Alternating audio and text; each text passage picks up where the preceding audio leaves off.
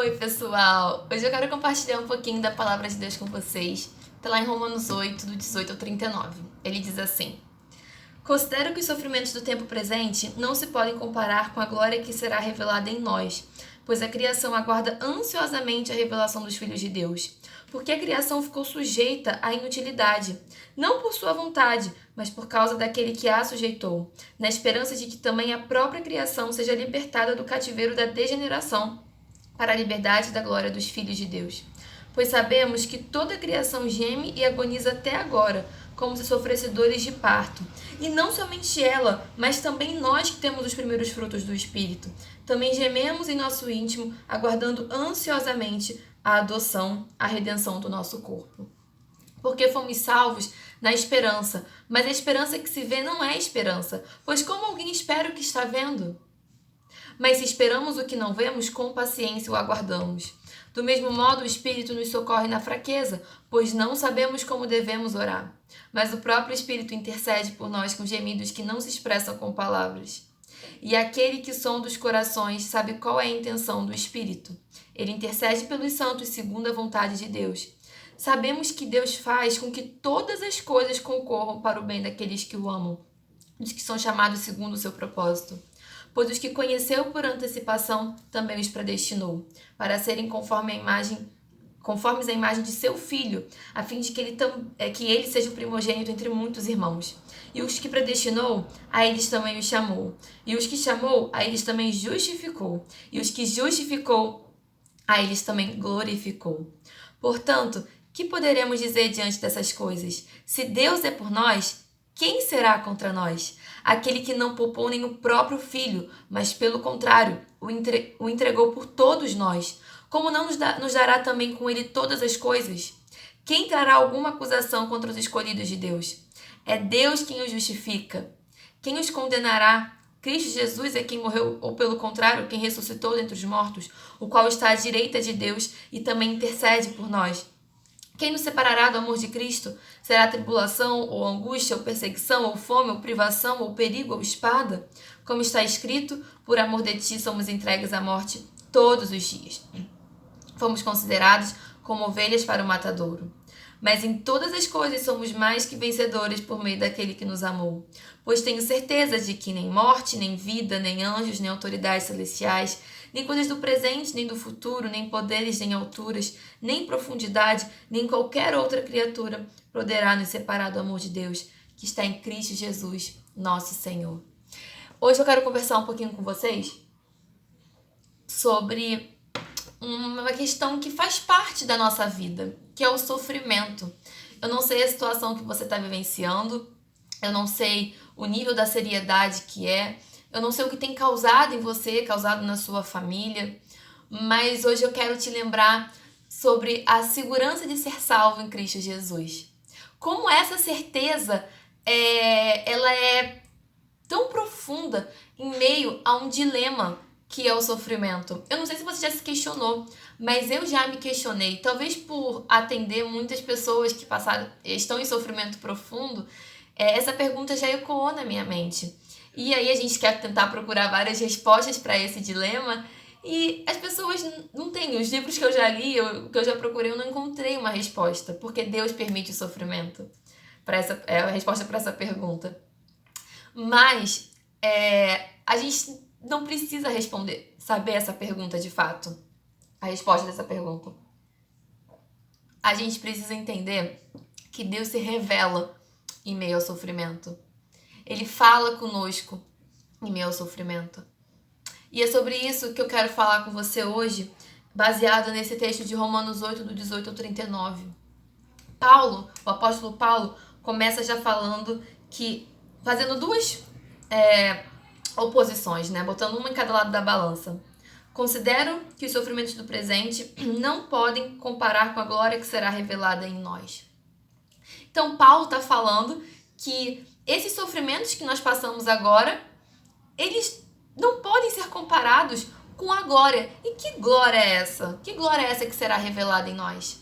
Essa glória que será revelada em nós está relacionada à volta do Senhor Jesus Cristo. Quando o Senhor Jesus Cristo voltar. E aí, visto isso, diante dessa glória, a gente pode dizer, assim como Paulo disse, que os sofrimentos do presente são leves e momentâneos. E a gente pode ver, né, que a partir desse texto a gente pode considerar que, apesar das lágrimas, das dores, talvez até da morte que pode ter assolado você nesse momento, nós não estamos caminhando para um destino que é escuro, um caminho que não tem um futuro, mas a gente está caminhando para um destino certo, a gente está caminhando para a eternidade ao lado do nosso Deus, ao lado do nosso Salvador Jesus Cristo, onde a gente vai poder adorá-lo eternamente. E Paulo, ele inicia, né, a sua fala já falando que a gente pode olhar para esse texto e entender, né, a partir do que Paulo está falando, que nós salvos podemos lançar a nossa confiança no Senhor exatamente por ter essa convicção de que o nosso tempo aqui é passageiro, que a gente está sofrendo aqui é passageiro, e olhar com esperança para o autor e consumador na nossa fé. E aí a gente pega esse texto e Paulo separa ele em 3 gemidos. O primeiro gemido é o gemido da criação.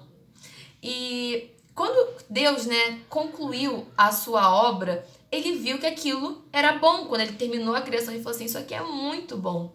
O problema veio quando o homem pecou. E a partir daí, com a queda do homem, a criação também ficou sujeita a esse cativeiro. Por isso que no versículo 19, Paulo fala, pois a criação aguarda ansiosamente a revelação dos filhos de Deus. Por que a criação aguarda ansiosamente a revelação dos filhos de Deus? É porque esse texto muitas vezes é até compreendido de forma errada, mas é que esse texto é relacionado à volta de Jesus, que é quando os filhos de Deus serão revelados. E aí é nessa esperança que a criação aguarda a libertação dela, porque ela sabe, esse ansiosamente, eu não vou me atrever a traduzir para o grego, né? Vou falar a palavra em grego, mas ela significa nessa ardente expectativa, que é você manter o foco num ponto, onde virá algum objeto ou virá alguém. É isso que significa aguardar ansiosamente, ardente expectativa. Por isso que a criação, ela sabe, ela aguarda essa revelação dos filhos de Deus, porque ela sabe que ela será liberta desse cativeiro. E no versículo 20 diz, né? Porque a criação ficou sujeita à inutilidade, não por sua vontade, mas por causa daquele que a sujeitou. A criação não ficou sujeita porque o homem a sujeitou, mas porque o próprio Deus, o grande juiz, sujeitou essa criação a partir do momento que o homem cai. E aí ele vai continuar, na esperança de que também a própria criação seja liberta do cativeiro da degeneração para a liberdade da glória dos filhos de Deus. Então, é muito interessante a gente poder olhar isso, porque aqui já dá uma esperança. Quando Jesus voltar, a criação será liberta, mas nós também seremos libertos. Nós também poderemos estar junto ao Pai e não haverá mais dor, não haverá mais sofrimento. E aí ele fala, né? Pois sabemos que toda a criação geme e agoniza até agora, como se sofresse dores de parto. É interessante pensar porque é que Paulo não fala de qualquer dor. Ele fala de dor de parto. E a dor de parto, eu não sou mãe ainda, eu não sei o que é uma dor de parto, mas por muitos relatos que eu já escutei, é uma dor muito intensa. Mas muitas mulheres contam que elas, quando vem aquele bebezinho ou aquele filho no colo, elas nem lembram daquela dor. De tão emocionante, de alegria tão grande de poder ter gerado uma vida, de poder ter gerado seu filho. Por isso que a criação ela está gemendo agora. Mas ela está gemendo sabendo da alegria que está por vir. Está gemendo sabendo que esse sofrimento é passageiro, porque é uma alegria muito maior que está para acontecer, que é a volta do nosso Senhor Jesus. E é nessa esperança que a gente pode também agarrar a nossa fé. Saber que esse sofrimento, ele é leve e momentâneo, não é eterno, porque Jesus está voltando. E ali a gente vai ter um corpo completamente glorificado. Ali, né, no versículo 23, ele fala que não somente ela, mas também nós temos os primeiros frutos do Espírito, também gememos em nosso íntimo, aguardando ansiosamente a nossa adoção e a redenção do nosso corpo. E aqui a gente entra no segundo gemido, que é o gemido dos cristãos. Nós cristãos também gememos. Mas, que gemido é esse, né? Os filhos de Deus gemem em seu íntimo porque, tendo experimentado as primícias do Espírito, anseiam ardentemente tomar posse definitiva da plenitude da salvação. Você tem ansiado por isso? Você tem ansiado ardentemente pela volta de Jesus? Ou você simplesmente está aí fechado no seu mundinho em meio a tanto sofrimento? Onde você tem colocado a sua esperança? Você tem duvidado da sua fé pelo que você está passando? O Espírito Santo é mais do que a garantia. Ele é o deleite antecipado dessa herança. E isso desperta em nós o desejo de ver o Senhor, de receber um novo corpo e de viver com Ele e de lhe servir para sempre. Olha que esperança! É esse desejo de poder servir ao Senhor que nos mantém. Uma fé sólida necessita disso, de ter essa convicção, de saber que o Senhor está contigo nessa tribulação que você está passando, nesse momento que você está passando, mas você não está sozinha. O Espírito Santo dá essa convicção. Então, a gente pode ver, né, que no versículo 24, que porque fomos salvos da esperança, mas a esperança que se vê não é esperança. Pois como alguém espera o que está vendo? A gente pode saber aqui que o melhor ainda está por vir. Nós ainda não estamos vendo, talvez você não está vendo o fim dessa situação que você está vivendo, mas o melhor ainda está por vir. Essa esperança, a esperança de que Jesus vai voltar. O cristão não se frustra ao ver e experimentar o sofrimento e a dor neste mundo. Sabemos que o sofrimento é temporário e um dia dará lugar à glória eterna. Tem uma escritora chamada Elisabeth Elliot. Eu li um livro dela e essa mulher, ela foi casada com um missionário e ele foi para uma tribo indígena com outros homens falar de Jesus, sendo que ele nem conseguiu entrar nessa tribo, ele foi assassinado. E depois de anos essa mulher volta, ela evangeliza essa tribo indígena. E ela casa pela uma segunda vez. E esse pouco tempo depois, o seu segundo marido descobre que está com câncer. E pouco tempo depois também ele falece. E essa mulher ela deu uma série de palestras que foi transformada em livro após a sua morte, que se chama O Sofrimento Não é em Vão. Quando eu estava lendo esse livro, eu ficava olhando assim, como essa mulher aguentou tanta coisa. E olha como é que ela tem, a perspectiva dela é diferente diante do sofrimento. Ela diz que os cristãos, a reação do cristão diante da experiência diversa, né, deve ser distinta de alguém não cristão. E o que distingue essa diferença é a gratidão e a aceitação. Como é que você tem visto essa situação que está passando? Você pode passar ela de duas maneiras. Com os olhos da murmuração, com os óculos da murmuração ou com os óculos da adoração. Você pode ver isso como se Deus tivesse esquecido de você, como se Deus não se importasse com você. Mas você também pode olhar para isso tudo e ver o Senhor ali ao seu lado, te sustentando, te levantando. A gente pode olhar Jó, né? Eu lembro muito da história de Jó nesse momento, que fala que Jó estava ali com aquela totalmente sendo consumido, seus filhos morreram, perdeu seus bens. Mas Jó, ele fala que quando a carne dele fosse consumida, ele sabia que ia ver o Senhor face a face. E aquele homem teve a vida dele restaurada em meio a profundo sofrimento. E eu quero te perguntar, como é que você tem visto essa situação que você está vivenciando? E aí a gente entra no terceiro gemido, que é o gemido do Espírito, que ela está lá do versículo 25 ao versículo 30. E aqui Paulo nos mostra que o gemido está presente no céu e na terra, porque os filhos de Deus estão gemendo e até mesmo esse gemido está dentro das entranhas do próprio Deus. No versículo 26, vemos a assistência do Espírito Santo em nossa fraqueza. Do mesmo modo, o Espírito nos socorre na fraqueza, pois não sabemos como devemos orar, mas o próprio Espírito intercede por nós com gemidos que não se expressam com palavra. É interessante ver porque aqui contradiz muito o que tem sido pregado, né? Aqui fala que não somos mais do que vencedores porque somos fortes. Aqui fala que nós somos fracos. E é muito interessante, pode até parecer contraditório para quem muitos sabem, né? Eu estou terminando a faculdade de psicologia e a psicologia tenta trazer essa força de dentro do homem, né? Sendo que A Bíblia, o cristianismo, ele contrapõe completamente isso. Essa força, ela não vem de dentro do homem. O homem, ele é fraco. Essa força vem do próprio Deus. É Deus que tem todo o poder. Ele é o Deus onipotente. Nós é que carecemos dele. Nós temos fraquezas físicas, emocionais, morais, espirituais. Somos fracos, limitados e contingentes. Todos nós temos fraqueza. E aí Paulo vai falar a causa dessa fraqueza. O que leva nós sermos fracos? Essa fraqueza vem de não sabermos como orar. Aqui fala, né? Do mesmo modo, o Espírito nos socorre, pois não sabemos como devemos orar.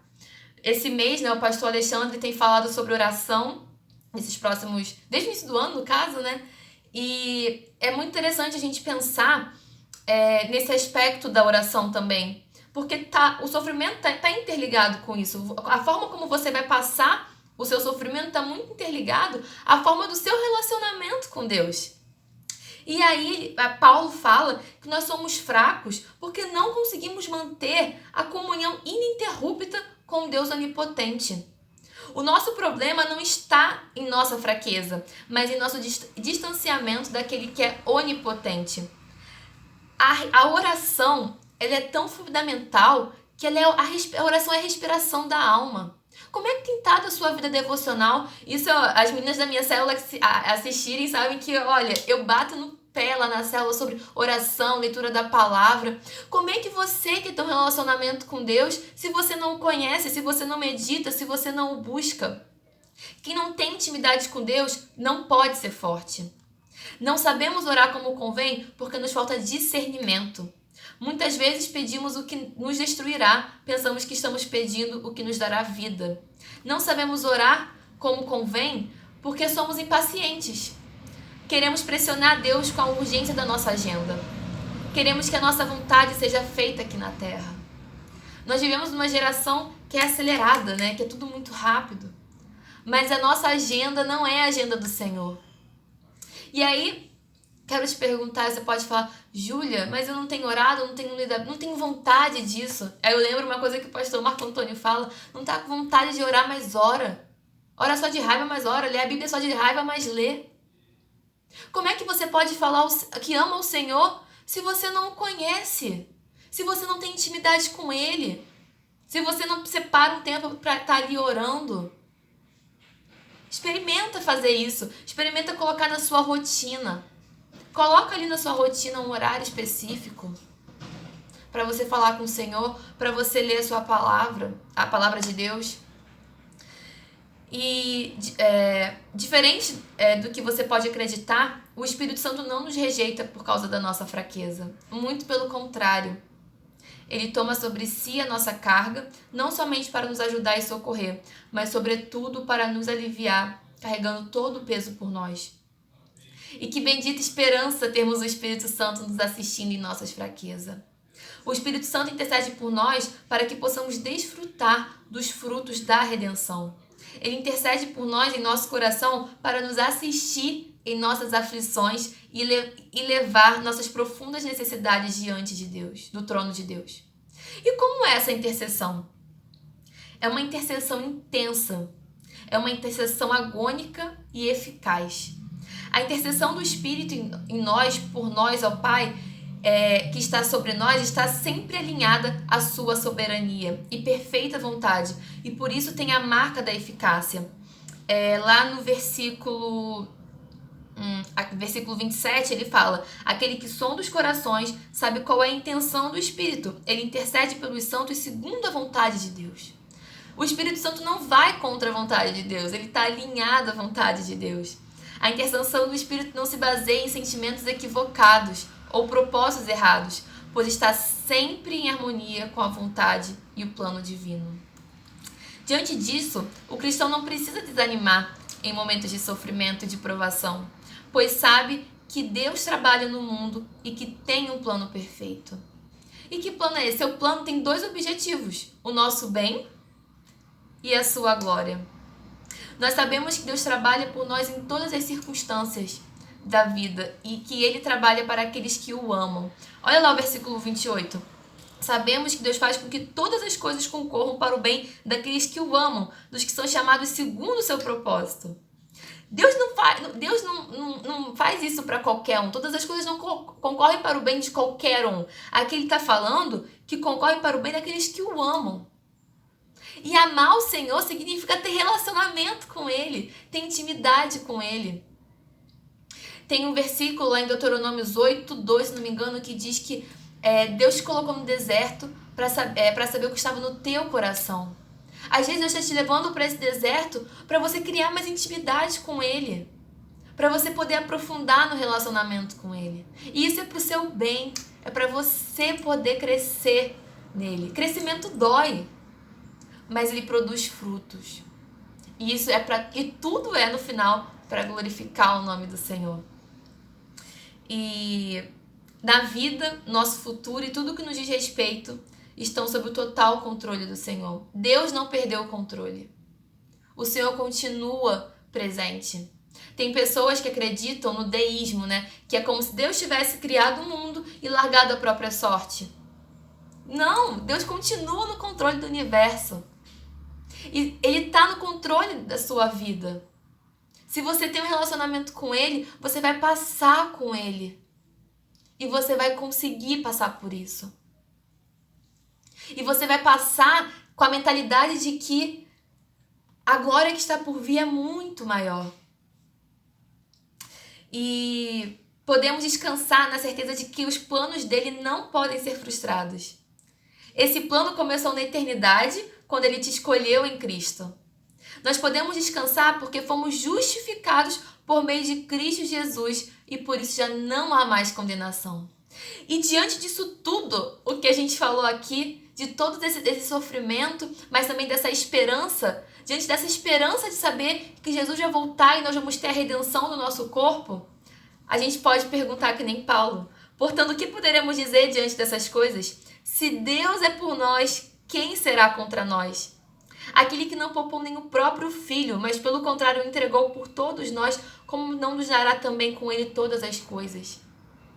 Deus entregou o que ele tinha de mais precioso. E você realmente acha que se ele entregou o que ele tinha de mais precioso, ele também não vai cuidar de você?